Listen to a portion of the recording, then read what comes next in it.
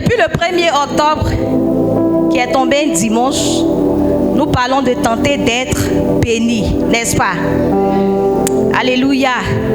Et papa nous enseignait, le pasteur nous enseignait que la bénédiction est le fondement de toute vie chrétienne. Alléluia. Toute vie chrétienne épanouie. Personne ne veut venir dans la maison de Dieu et puis repartir avec des malédictions, repartir avec rien, repartir bredouille. C'est pas possible.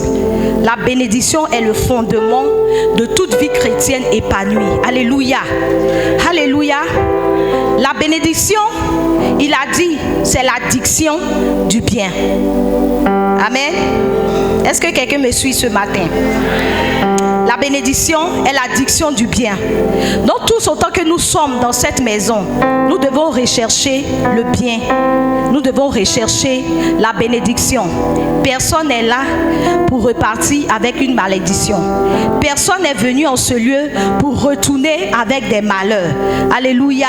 Je prie que sincèrement, nous soyons connectés ce matin. Amen. La bénédiction, c'est également une parole. La bénédiction est une parole. Il a dit, et c'est Dieu qui a parlé dans Genèse 1, verset 28. Dieu dit, Dieu les bénit et il leur dit, soyez féconds, multipliez, remplissez la terre et l'assujettis et dominez sur les poissons de la mer, sur les oiseaux du ciel et sur tout animal qui se meut sur la terre. Alléluia. La bénédiction est une parole que l'on prononce sur ta vie. Alléluia. Mais tu dois savoir une chose, que la même bouche qui bénit, c'est la même bouche qui maudit. Amen. Papa a parlé de l'histoire de Jacob et d'Ésaü avec leur père Isaac. Alléluia. Alléluia. Dans la vieillesse d'Isaac, il a demandé à Ésaü, étant l'aîné, d'aller lui préparer un mets. Un bon mets, c'est qu'il aime, pour qu'il puisse le bénir. Mais la maman avait entendu cela, et parce que la bénédiction devait être rattachée à la vie de Jacob, elle a demandé à Jacob de prendre la place de son frère. Mais Jacob a dit une chose. Il dit, à un moment, et si je vais, que papa reconnaît que ce n'est pas moi. Il nous connaît, nous sommes ses enfants. Et le comble, Ésaü, il est velu. Moi, je ne suis pas velu. Donc s'il ne me bénit pas, il me maudira. Alléluia. La même bouche qui bénit, c'est la même bouche qui peut te maudire. Amen. La bénédiction ou la malédiction est fonction de l'état d'âme d'une personne. Quand une personne est contente, quand une personne est dans la disposition qu'il faut, elle va te bénir de façon sauvage. Alléluia. Mais il peut arriver que la même personne soit dans un état de colère, dans un état de tristesse, dans un état pitoyable. Et la malédiction peut ressortir de sa même bouche. Amen.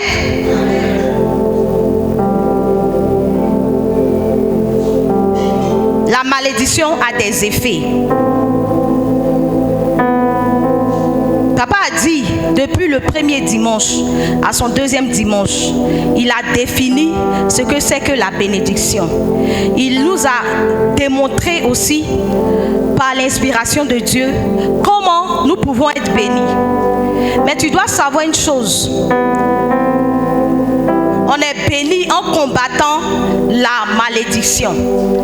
C'est pour cela qu'il faudra savoir des principes, des choses que tu peux commettre pour t'envoyer à la malédiction. Mais tant qu'il y a malédiction, il y a aussi bénédiction. Alléluia. Donc tu dois être en esprit ce matin. Amen. Tu dois être réellement disposé. Tu dois ouvrir ton cœur. Tu dois faire tomber les écailles de ton cœur. il a commencé à parler des causes qui entraînent la malédiction dans une église. On va rester dans le cadre de l'église. Amen. On va rester dans le cadre de l'église. Il a cité le verset de Jérémie 23, verset 1. Malheur aux pasteurs qui détruisent et dispersent le troupeau de mon pâturage, dit l'Éternel. Malheur aux pasteurs, malheur aux chrétiens qui dispersent mon troupeau. Il y a des personnes qui se fatiguent, qui courent par-ci et là, qui ne dorment pas, chaque jour, qui vont faire des visites à de nouvelles personnes, qui vont faire des visites à des personnes de cette église, qui courent les matins, les dimanches pour aller les chercher, pour les faire venir dans la maison de Dieu, pour les faire venir dans la présence de Dieu. Et toi, tu prends le malin plaisir de venir au milieu de ce troupeau-là pour les égarer, pour les faire fuir. Tu les fais fuir comment? Par tes critiques. Tu les fais fuir par tes critiques. Une personne m'a dit ici, maman, s'il te plaît, il faudrait que tu saches que cette parole qui est donnée, que le message qui est véhiculé ce matin n'est pas un message pour t'attaquer, n'est pas un message pour t'indexer. Mais chaque période, à chaque saison, le Seigneur nous envoie des thèmes bien définis. Parce que c'est des choses que nous devons traiter. Parce que c'est une maladie qui est existante en ce moment T. C'est pour cela que le Seigneur inspire son serviteur pour chaque sujet, pour chaque thème. Et je disais, elle m'a dit, maman, je suis venue un dimanche. Dès que je suis rentrée, il y a une sœur de l'église qui m'a regardée de haut en bas. Comme si j'étais répugnante. Et je suis sortie. Je suis partie à la maison. Je ne suis plus revenue. Je me suis regardée. J'ai dit, ah, mais mon habit est déchiré ou bien je sens mauvais. Et elle est partie. Ne te dis pas que parce que le verset parle des pasteurs, donc c'est les pasteurs. C'est vrai que les pasteurs ont la connaissance. Ils seront plus pénalisés, ils seront plus sévèrement jugés que toi. Mais toi aussi, tu auras ta part de responsabilité. Tu auras à répondre de ta responsabilité devant l'Éternel. Alléluia. Ne viens pas pour gâcher le travail d'une année, de 2 années, de 3 années. 5 années. Ne sois pas cette personne-là, s'il te plaît. Ne sois pas un loup au milieu des brebis pour venir les déchirer, pour venir les faire sortir de leur pâturage. Tu seras une personne maudite. Alléluia. Alléluia. Malheur. Il dit bien malheur. Dis l'Éternel des armées, malheur, malheur à toi, pasteur. Tu as Livingstone. Le monsieur t'a bâti. Tu ne t'es rien quand tu venais ici. Tu ne ressemblais à rien quand tu venais ici. Le Seigneur a permis par son serviteur de recoller tes morceaux comme si tu étais une carte déchirée. Aujourd'hui, tu peux prêcher. Aujourd'hui, tu peux attirer plus d'une personne en ce lieu. Et c'est toi la même personne qui prend les âmes pour les faire partir. Malheur à toi. Alléluia. C'est ce qui arrive aux personnes qui détruisent, qui dispersent le troupeau de Dieu. Alléluia. Ne dispersons pas le troupeau de Dieu pour que nous soyons bénis. Amen. Je vous ai dit, la malédiction est un jugement qui engendre des peines. On s'en va. Alléluia. Il a parlé de la Sainte Seine. 1 Corinthiens 11, verset 27 jusqu'au verset 29. Alléluia. n'as aucune révérence pour ce lieu. Il y a des personnes dans ce lieu, quand le dirigeant dit, on va se tenir levé, même si toi aujourd'hui, tu n'as pas droit à la Sainte Seine, parce que tu sais d'où tu viens, tu sais ton alliance avec ton Dieu, tu sais ce qui s'est passé dans la semaine, tu sais ce que tu as fait pendant la nuit de samedi à dimanche. Mais si le pasteur, si le dirigeant te demande de te lever, s'il te plaît, lève-toi. Lève-toi. Arrête-toi. On parle du corps et du sang du Christ. On parle du corps et du sang du Christ. On ne parle pas de n'importe quel corps. Alléluia. On ne parle pas de n'importe quel sang. C'est ce sang-là qui est répandu partout à la croix de Golgotha. C'est pour cela qu'aujourd'hui nous sommes victorieux. Alléluia. Donc quand tu dois prendre la Sainte Seine, bien-aimé, fais-le avec révérence. Je n'ai pas dit non plus de te coucher. Alléluia. Mais il y a des manières. Tu prends la Sainte Seine dans le plateau avec la main gauche. Toi, tu es qui? Tu te prends pour qui? Dans ta maison, quand tu manges à table, tu manges avec la main gauche, avec tes parents. S'il te plaît, revoyons-nous. Revoyons-nous. Tu sors, tu es dans les pudicités, tu dors dans les bars, dans les boîtes de nuit. Et toi, tu te permets de venir le lendemain dimanche comme c'est là, comme rire, comme bon te sent. Tu penses que tu es dans un marché et toi, tu viens, tu prends la Sainte Seine. Moi, j'ai des témoignages sur le corps et le sang de Jésus. Et il y a des personnes même qui se lèvent d'ici avec le corps et le sang de Jésus pour partir. Vous ne savez pas, mais aujourd'hui, nous serons délivrés.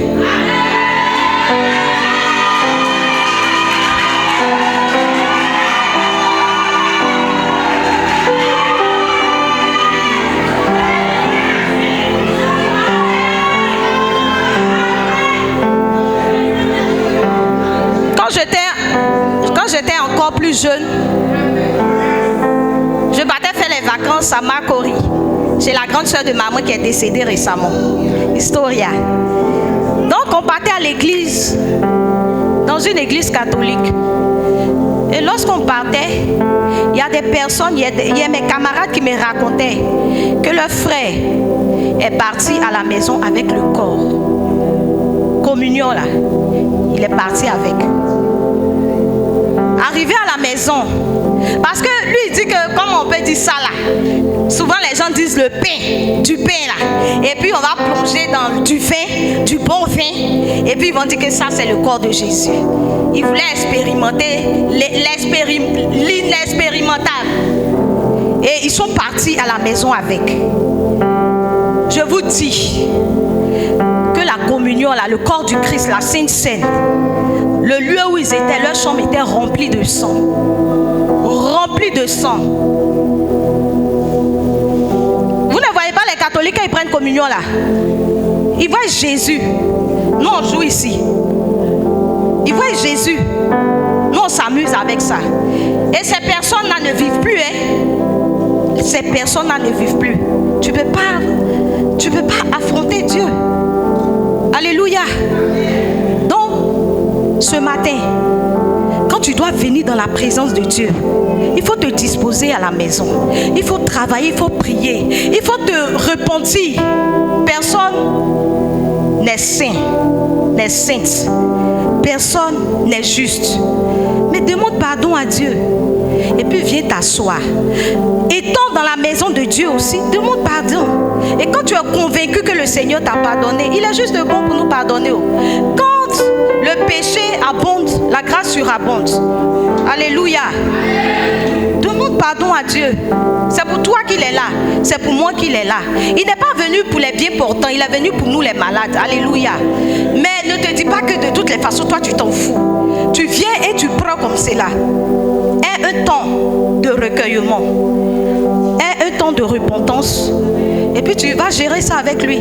Si tu es propre, il saura. Si tu n'es pas propre aussi, il saura. Alléluia.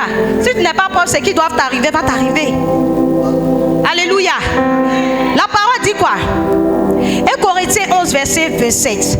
C'est pourquoi celui qui mangera le pain ou boira la coupe du Seigneur indignement sera coupable envers le corps et le sang du Seigneur. 28. Que chacun donc s'éprouve, c'est ce que j'ai dit. Que chacun donc s'éprouve soi-même. Et qu'ici, il mange du pain et boit de la coupe. Amen, amen.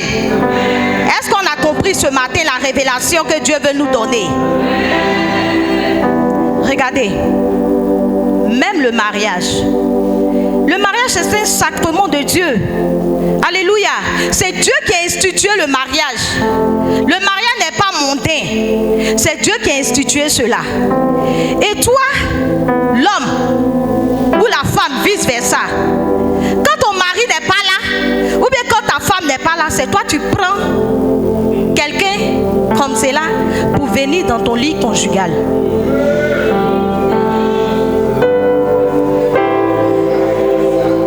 Hébreux 13, 4. Dieu ne pardonne pas aux impudiques. Alléluia. Dieu ne pardonne pas aux adultères.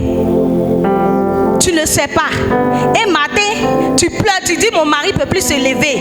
Il a fait AVC. Mais il a pris la malédiction d'envoyer une autre femme ici.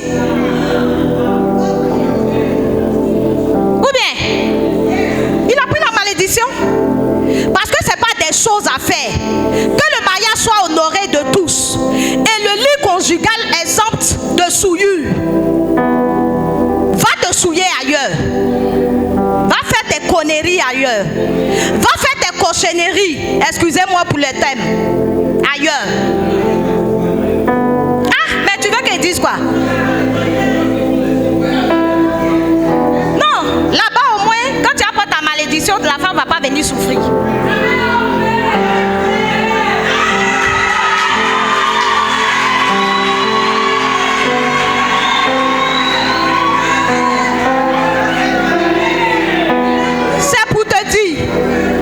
Ce n'est pas bon.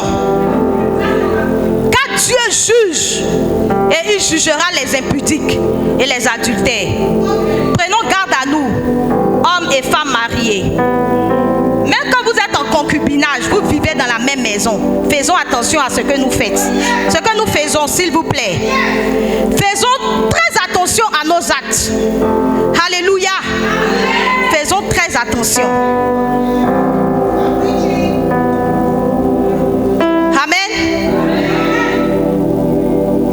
Le troisième point nous parle de la négligence. Jérémie 48, verset 10. Tu es négligent. Tu fais l'œuvre de Dieu avec négligence. Tu viens quand tu veux. Tu es maudit. Tu viens quand tu veux. Tu es maudit.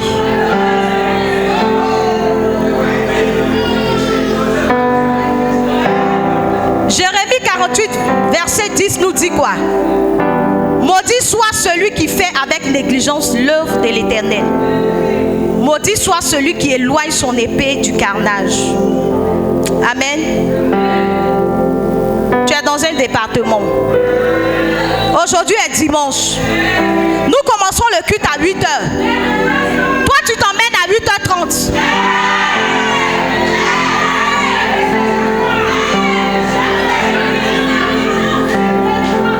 Non, c'est sérieux, s'il vous plaît. Ou bien tu viens à 8h pile. Maintenant, tu cours comme cela pour aller rejoindre ton département. C'est quelle négligence ça? Est-ce que tu peux arriver sur ton lieu de travail en retard? Est-ce que tu peux arriver à l'école en retard? Mais ils vont te coller un moins là-bas. Tu es au courant, tu le sais, tu es conscient. Mais pour Dieu, tu fais cela avec négligence. Tu es maudite. Tu es maudit. Alléluia. Alléluia. Tu viens, c'est toi qui manges. C'est toi qui envoies les lotus. Tu finis de t'éponger et c'est à terre que tu vas jeter.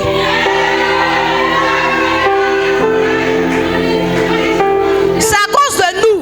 On met les petits paniers. De partout, dans tous les endroits de l'église. Arrêtons la négligence. Arrêtons de servir Dieu avec négligence. Tu veux aller voir quelqu'un, tu te sapes comme jamais. Tu vas au fond de ta valise porter ta dernière tenue. Pourtant, c'est que quand tu viens à l'église, c'est que tu trouves net, tu prends, tu portes. Parfois, excusez-moi, mais ça sent la sueur. Et tu indisposes tes frères, tu indisposes tes soeurs. On n'a pas besoin d'avoir une mallette d'habits. Mais si tu en as deux, prends-en soin. Parce que si quelqu'un doit venir prier dans cette atmosphère-là, mais elle ne priera pas. Elle sera en colère contre toi. Elle sera fâchée parce que tu l'indisposes. Faisons l'œuvre de Dieu avec diligence. Le contraire de la négligence, c'est la diligence. Alléluia. Faisons l'œuvre de Dieu bien, comme il se doit. Comme si demain tu n'allais plus venir à l'église. C'est comme cela qu'on doit se comporter. Alléluia. Le Seigneur veut nous interpeller. Il veut nous interpeller. On est venu rechercher la bénédiction. Mais ne prenons pas le contraire pour partir. Alléluia. La malédiction, je vous ai dit, c'est un jugement qui engendre des peines. La peine, c'est quoi? Tu vas prendre une maladie. La peine, c'est quoi? Tu vas mourir. Et on va voir par la suite. Faire les choses avec négligence. Où on ne t'a pas appelé là. C'est là-bas que tu veux être. Alléluia. Alléluia. Vous connaissez l'histoire de Ussa. Un chronique, dans le livre de 1 Chronique, je crois. Ce monsieur-là, le Seigneur a demandé à Josué de dire au sacrificateur de prendre l'arche et de faire entrer l'arche. Les sacrificateurs étaient là, les lévites étaient là. Ils étaient devant avec l'arche. Tout le peuple de Dieu, l'armée, tout le monde était derrière. Ils étaient en joie, ils étaient en train de danser. Donc l'arche pendait un peu, ça bougeait. Et ce monsieur Ussa, alléluia, il a voulu bien aider. Mais ce n'était pas son travail. Parce que Dieu a dit une parole dessus, sur l'arche. Seuls les sacrificateurs, seuls les lévites avaient le droit d'attraper, de transporter. Il voulait juste aider. Mais qu'est-ce qui s'est passé? Il est mort. Il a été retrouvé mort parce qu'il a voulu faire les choses. Mais il a fait cette négligence parce que ce n'est pas son travail. S'il te plaît, mets-toi un peu à ta place aussi. Mets-toi à ta place. Yes, c'est important. Un autre point que nous allons développer, le mal. Toi, tu ne veux jamais faire de bien. Toi, tu veux toujours faire le mal. Étant chrétien, étant né de nouveau, étant une nouvelle créature, étant en Jésus-Christ. Toi, tu laisses rien tomber. Tu es John Brie. Tu es Cassius Clay. Tu es Aglaé. Même à l'église, ton comportement n'a pas changé. Tu fais palabre jusqu'à... Tu sors de l'église, tu es dans palabre.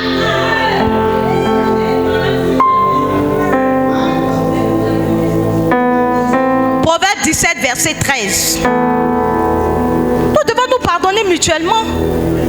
Nous sommes des enfants de Dieu.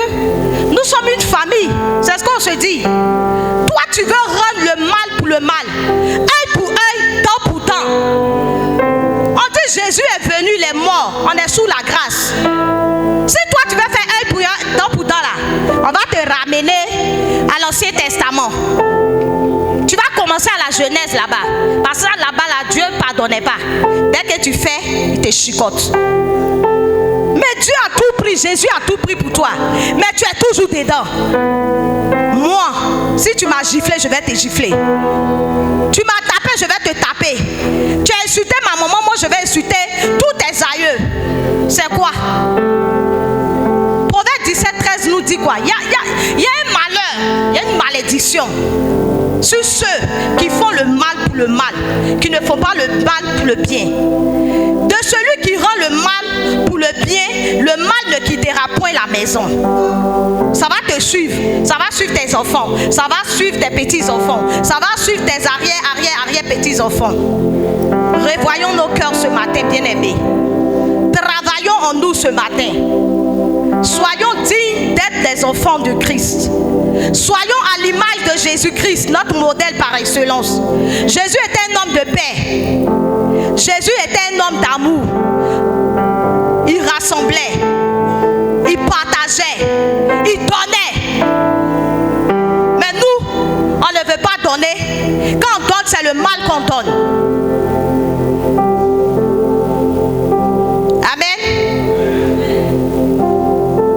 Ce message est venu pour changer notre mentalité, pour changer notre attitude, pour changer notre caractère, pour transformer quelque chose en nous. Je ne parle pas de quelqu'un, mais c'est le Seigneur qui parle. Alléluia. Alléluia. Les scandales. Après le mal, nous parlons des scandales. Luc 17, verset 1 au verset 2. Jésus dit à ses disciples, il est impossible qu'il n'arrive pas des scandales. Mais si tu es chrétien comme moi, lis. À haute voix, s'il te plaît. Je n'ai rien entendu. Mais malheur à celui par qui il arrive. Les scandales sont autorisés. Les scandales sont permis. Mais malheur à toi, si ce n'est pas toi que le scandale arrive dans l'église. Parce que nous restons dans le cadre de l'église. Malheur à toi, si ce n'est pas toi que les scandales arrivent. C'est toi qui fais palabre et puis une personne qui était désireuse de venir dans cette église devient scandalisée. De voir qu'une fille, qu'un garçon, qu'un enfant de papa à elle se comporte ainsi. De te voir à moitié découverte. Tu envoies des scandales. Malheur à celui par qui il arrive. Je te dis, les scandales sont permis. Les scandales sont autorisés. Mais il ne faudrait pas que ça vienne de toi. Parce que tu vas prendre une malédiction. Alléluia. La déloyauté ou la rébellion. Tu es déloyal. Tu es rebelle. Tu es maudit. Et la malédiction est un jugement. Et le jugement arrive aux peines. Achitophel, il était un grand conseiller. Le conseiller de David, quand David était sur le trône, quand David était encore roi. Alléluia. On le voit dans 2 Samuel 17, verset 23. Achitophel, quand il parle, on dirait que c'est Dieu qui te parle. Ce même Achitophel, il a décidé un matin d'être déloyal envers son père. Il a été déloyal. Il a préféré suivre Absalom, le fils de David. Pourtant, c'est David qui t'a fait. Comme je l'ai dit à l'entame, c'est ton père, aide-moi un. Ou bien notre pasteur qui t'a fait. Alléluia. Mais aujourd'hui, tu deviens rebelle. Tu te rebelles contre cette personne. Tu es déloyal à cette personne. Ta conséquence sera la mort. Alléluia. Alléluia. Soyons des personnes loyales. Ne manifestons pas la rébellion. Tu peux ne pas partager la vie de ton leader. Mais s'il te plaît, trouve la sagesse de venir le voir. Ou bien ne dis rien. Reste dans ton coin. Amen. Tu viens à l'église, tu mens. C'est un autre point. On parle du mensonge. Tu mens. Toute ta vie est mensonge. Mais en ce moment, quand toi aussi tu es là, tu dis à quelqu'un que toi tu es né de nouveau. S'il te plaît, arrête ça. Tu mens au pasteur, tu regardes dans ses yeux comme ça et puis tu lui mens. Mais il y a un malheur attaché au mensonge. Alléluia. Ton jugement, c'est la mort. Acte 5, verset 4 parle de l'histoire de Saphira et de son mari Ananias. En ce temps-là, il était dit que comme à Livingstone, tout le monde n'a pas le même statut social, n'est-ce pas? Toi, tu as un peu, l'autre n'a pas. Et on a décidé tous d'apporter nos biens pour pouvoir soutenir ceux qui n'en ont pas. Et toi, tu es venu dire au pasteur, aide-moi, que toi, tu as un lot de terre là-bas. Tu vas vendre ça à 1 million, tu vas lui apporter 1 million. Il a entendu, le Seigneur a entendu, le Saint-Esprit a entendu. Et c'est toi qui vends, tu décides avec ta femme de prendre moitié, d'envoyer moitié. Lui, il t'a pas dit d'envoyer 1 million. C'est toi-même qui as décidé d'envoyer tout le million. Mais pourquoi à la fin tu ne peux pas respecter? Maintenant il te parle, tu le regardes et puis tu mens. Le monsieur est venu, il est tombé.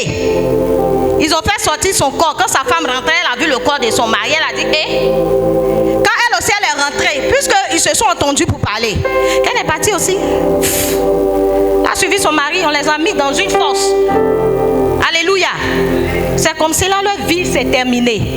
Ne pense pas que quand tu viens, que tu mens à tort et à travers pour soutirer de l'argent aux membres de l'église, pour faire des choses qui n'ont pas Dieu. Ne pense pas que c'est une grâce que tu as. Non. Le moment viendra où tu seras frappé. Le moment viendra où tu vas tomber si tu ne te répands pas. Alléluia. Est-ce que quelqu'un comprend ce que je dis ce matin? Tu viens à l'église, tu ne donnes pas ta dîme. C'est un autre point. Malachie 3, verset 8 au verset 9. Tu ne donnes pas ta dîme et c'est toi qui dis que le pasteur dépose l'argent de l'église. Tu as ta part dedans? Un homme trompe-t-il Dieu? Car vous me trompez et vous dites, en quoi t'avons-nous trompé dans les dîmes et les offrandes? Tu trompes Dieu et puis c'est toi encore qui as le culot d'aller lui demander, en quoi est-ce que je t'ai trompé? Tu ne fais rien, ne dis rien. Alléluia. Tu ne fais rien pour Dieu, tu n'as rien à dire. Ferme ta bouche et tais-toi. Reste dans ton coin. Alléluia. J'ai pas eu le verset 9. Voici la malédiction. Vous êtes frappés si vous trompez la nation tout entière. Vous êtes frappés de beaucoup de malédictions. Cela peut vous conduire à la mort. Nous devons apporter nos dîmes à la maison du trésor pour qu'il y ait de la nourriture en abondance dans sa maison. C'est pour cela qu'on apporte nos dîmes. C'est pas pour donner au pasteur. Et Dieu nous a fait la grâce d'écouter dans la petite exhortation cette histoire de fonds, d'argent, de ce que l'argent fait dans l'église. Alléluia. On n'a pas dit qu'il y a une partie de l'argent qui est versée au pasteur. Amen. Amen. J'espère qu'à partir d'aujourd'hui, on va s'engager à payer nos dîmes comme il se doit. Il y a d'autres points, il y a d'autres causes. Critiquer le leader. Tu critiques le leader. Tu parles mal de lui. Tu es hypocrite. Tu seras frappé. Comme Myriam et Aaron étaient frappés. Ils se sont permis de mal parler de Moïse. Moïse à qui Dieu parlait nez à nez, bouche à bouche. Alléluia. S'il a fait quelque chose là, pourquoi te mettre derrière pour parler? Viens le voir et puis explique-toi. S'il a quelque chose à te dire sur le sujet, il va s'expliquer aussi. Mais tu critiques et tu envoies le sujet même avec des personnes qui ne sont pas de cette église. Il faut te revoir. Ils ont eu la lèpre blanche comme neige. Ils ont eu la lèpre. ce que tu auras. Alléluia. Quand tu es désobéissant, tu t'attrapes une malédiction. Le grand Saül, il était roi, il était apprécié de tous. Dieu l'aimait aussi. Et puis il était beau, grand comme cela, fort. Mais quand son règne allait prendre fin, Dieu lui a dit quoi? Va. Quand vous allez faire la guerre, détruisez tout, ne prenez rien, ne venez même pas quelque chose. Il est roi. Il a l'autorité aussi. C'est lui, il est venu trier. Il a eu la victoire. La bataille, il l'a gagnée. C'est lui maintenant qui est venu trier les choses que lui doit prendre pour venir donner un sacrifice à Dieu. Dieu n'a pas besoin de ça. Il a été déchu de son trône. Il a été déchu. Dieu a dit à Samuel, je l'ai rejeté. Il ne faut même plus venir faire quelque chose même. Quand Dieu te tourne le dos là, mon frère, ma soeur, bien-aimé en Jésus-Christ, il n'y a plus rien à faire. Il te tourne le dos, c'est une malédiction.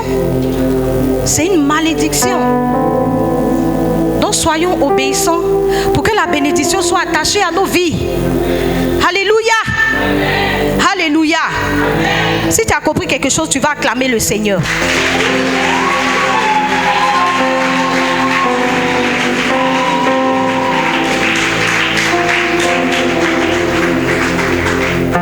La bénédiction ou la malédiction, c'est un choix. C'est toi qui fais le choix d'être béni. C'est toi encore qui peux faire le choix d'être maudit. Alléluia. Mais Dieu veut, la volonté parfaite de Dieu pour toi, c'est que tu sois béni. Bien-aimé, Livingstone, Dieu veut que tu sois béni.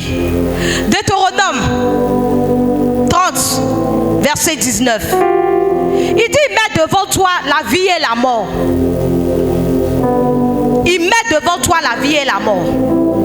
Je prends aujourd'hui à témoin contre vous le ciel et la terre. J'ai mis devant toi la vie et la mort, la bénédiction et la malédiction. Mais il te demande encore, choisis la vie, afin que tu vives toi et ta postérité. Mais toi tu décides délibérément de prendre l'autre côté. S'il te plaît, revois-toi ce matin. Revoyons-nous ce matin. La malédiction, je vous ai dit, a des effets. C'est parce qu'on veut être béni, c'est pour cela qu'on doit combattre la malédiction. C'est pour cela que le Seigneur nous a mis à cœur ces points, pour pouvoir les énumérer, pour pouvoir faire attention à nos vies quand nous venons à l'église. On va se tenir levé ce matin.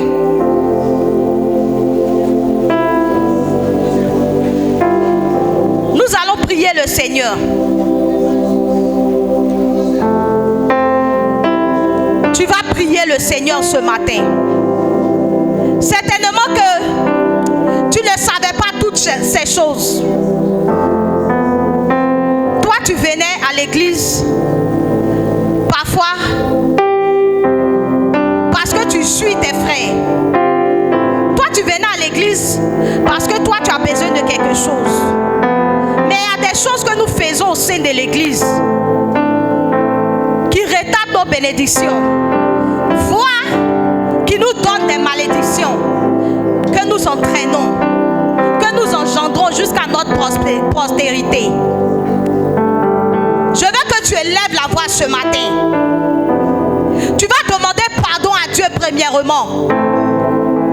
Tu vas prendre une position d'humilité ce matin. Tu vas te repentir de tout ton cœur devant l'Éternel des armées. Ce Dieu-là qui est capable de te pardonner. Ce Dieu-là qui est juste et bon de te pardonner. Demande-lui pardon. Certainement que tu t'es retrouvé dans un point. Le point qui t'a touché. Le point où tu t'es retrouvé. Parle à Dieu. Demande-lui pardon. Seigneur, je ne savais pas. J'étais palabreuse. Je voulais toujours rendre le mal pour le mal. Seigneur, je ne savais pas que disperser les troupeaux ou bien parler mal à un fidèle me donnerait une malédiction. Prie le Seigneur ce matin. Seigneur, je ne savais pas que mes mensonge pouvait me conduire à la mort. Seigneur, je ne savais pas que ne pas donner ma dîme comme il se doit, pouvait me donner la mort. Mon Dieu, je ne savais pas que si j'étais au milieu d'un scandale, papa, une malédiction serait attachée à ma vie. Seigneur, je ne savais pas que venir en retard parfois, ou ne pas venir même à des cultes, Seigneur, me donnerait d'être maudite. Pardonne-nous ce matin. Pardonne-nous ce matin. Parce que tous, nous avons fauté. Tous, nous avons péché. Tous, nous sommes impurs. Tous, nous ne sommes pas saints. Tous, nous avons, Seigneur, fait des choses qui ne t'ont pas honoré à un moment donné. Ce matin, nous repentons nos cœurs devant toi. Nous te demandons pardon. Nous te demandons pardon, Seigneur. Que tu sois juste et bon, papa, pour nous les pardonner. Nous voulons, de façon sérieuse, de façon excellente, Seigneur, marcher à ta suite. Marcher à ta suite. Père, pardonne-nous nos fautes. Pardonne-nous nos péchés. Pardonne-nous, Seigneur, nos malfaçons. Pardonne-nous nos manières de faire qui ne sont pas la bonne. Pardonne-nous nos irresponsabilités. Pardonne-nous, Seigneur, nos incompréhensions. Pardonne-nous, papa, nos désobéissances. Pardonne-nous, oh grand Dieu, nos incapacités. Pardonne-nous souvent nos peurs. Pardonne-nous. Pardonne-nous, Seigneur, de toutes nos iniquités, de toute notre abomination. Pardonne-nous pour la manière avec laquelle nous faisons ton œuvre. Nous voulons être des personnes, Seigneur, diligentes. Nous voulons être des personnes, Seigneur, qui marquent la révérence dans ta présence. Nous voulons être des personnes, papa, qui soient affranchies ce matin. Parce que ton sang nous lave. Parce que ton sang nous sanctifie. Parce que ton sang nous purifie. Parce que ton sang nous rachète ce matin. Parce que ton sang nous renouvelle ce matin. Parce que ton sang fait de nous de nouvelles personnes. Si tu as fait cette prière, tu vas te lever et acclamer puissamment le Seigneur. Tu vas acclamer puissamment le Seigneur. Tu vas acclamer puissamment le Seigneur. Tu vas acclamer puissamment le Seigneur. Acclame puissamment le Seigneur.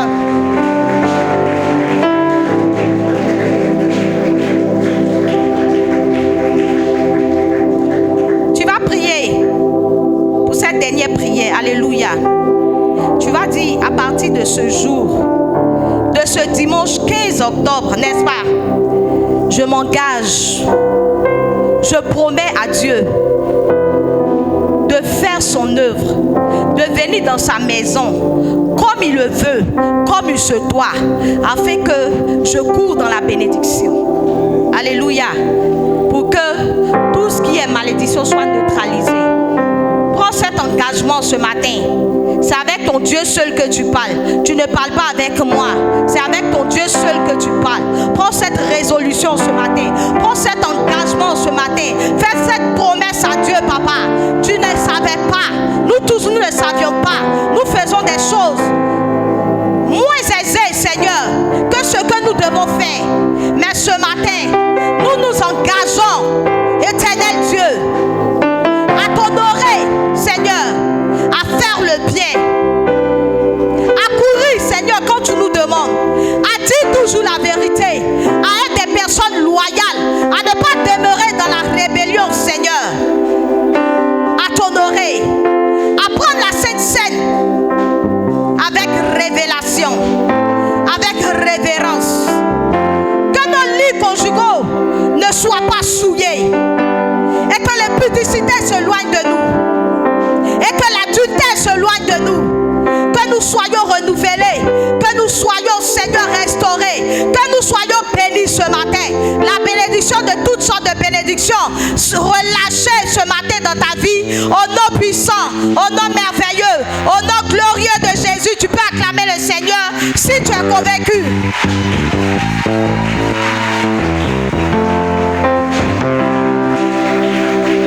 On va se rasseoir dans la présence de Dieu. Alléluia. Nous allons prendre nos portions d'alliance ce matin.